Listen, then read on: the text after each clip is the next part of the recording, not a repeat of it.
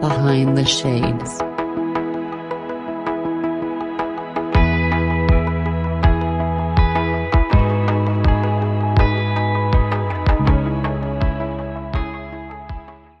I started to deal with anxiety, which I had not experienced for quite a while. And I was like, okay, this is odd. And then right before the end of the year, so I guess it was on a Thursday and New Year's Eve was on a Saturday or something. Like I got a news, and it was actually a happy news, but it was not a news of mine. It was someone who shared with me their very happy news. And I guess it kind of felt like, women who are going through infertility, and they have all their friends getting pregnant. And I guess that's how it felt to me, that, kind of like, this person that I really love and very close to is getting what I've always wanted. And I'm taking the pregnant woman example because that's, people can relate to that. And I was like, okay, he's getting what I've always wanted, what I've always dreamed of. I worked so hard for it. I'm not there yet. And it was happy news, really happy news. And I was happy for him. But God, I felt like, like I was stabbed in the back, not anything related to that person at all, but more about, I guess, this feeling of like, I would like to be there, but I'm not there yet. And it's what I've always wanted. And gosh, I have done so much already. I don't know what to do. This kind of like despair, I guess, which happened actually after the buildup, like about 10 days buildup of anxiety. And I knew there were stuff that was trying to come out from my childhood. I knew that. And I was processing that, with somatic practices and really being in the body and letting myself feel and everything. But that news, it was like, like I had this complete, I guess, breakdown, I would call it. Like I cried for like after, so the person announced to me the news, and then they left, and I cried for like 10 hours straight. And I'm not a crier, right? I just want to say I'm not like a person who cries easily at all. Like I didn't even cry for about 20 years or something. But like since my burnout in 2021, I have been able to process my emotion in a more organic way, or actually just have been able to process my emotions, period, which was not the case before, because before I was just blocking my emotions. And so I cried for like 10 hours. And then the day after, I cried again. And then I felt like a huge block had been completely released. And I felt like, wow, it's gone. So at peace. I wasn't triggered anymore by the news. I wasn't experiencing anxiety anymore. I was like, okay, whatever was there, whatever was triggering me, whatever needed to be healed is now gone. But that was a process. Really was a process. Yeah, it was really dense and intense.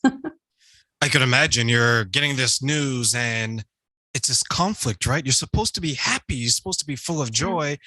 And then you're like, and I felt I guilty wanted about that. Yeah. Like you have that guilt and you're like, oh my goodness, it's not about me, but yet it's still about me, right? It's awful because I felt so guilty because, I was like, this person, shared their news with me. And I was like, oh, congratulations. But it wasn't like, like, I'm so happy for you, whatever. I was like, it was so cold. And, then I just texted and I was like, look, I'm sorry, I'm really happy for you. But like, and then they were like, I knew that when I would announce the news to you, I knew that it would hurt you. But I had to share it with you because, this is happening. And I wanted you to know, which was fair. And I mean, it's totally normal, but I felt so much guilt about not, like my joy for them being overridden by my own pain, if that makes sense. Yeah, because there's sometimes where I'll get news or I'll deliver news and you can look at the person's face and you're like, oh, they kind of wanted the same thing for themselves. and you don't want to make it awkward, right? You don't want to ask the question, are you truly happy for me? And the person's like, well, I'm kind of not. But yeah, but it's not you, about you. It's it isn't. But I think what we sometimes forget is that every situation that we go through, it's going to create an emotional response through us, right? So when you experience that and you heard it, what was your initial thoughts after you realize, hey, I shouldn't be really feeling guilty of this news. I should be more happy of the news. Well, I knew that I was happy about the news, but it was like more my pain. And you know how negative feelings tend to be more intense than happy ones. So it was like my pain was, taking the whole place. I was happy, but I was hurting. I was hurting more than I was happy. And that made me feel guilty. But at the end of the day, like no one should feel upset. Like now, if I were to announce a happy news to someone and I knew that, it would kind of like trigger them, I would know that their response has nothing to do with me.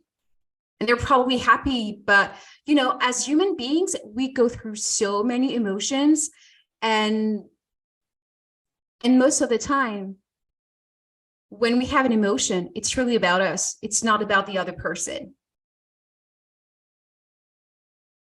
I agree 100%. It's more so about how we're taking that information versus how it's being delivered a lot of the times. Exactly.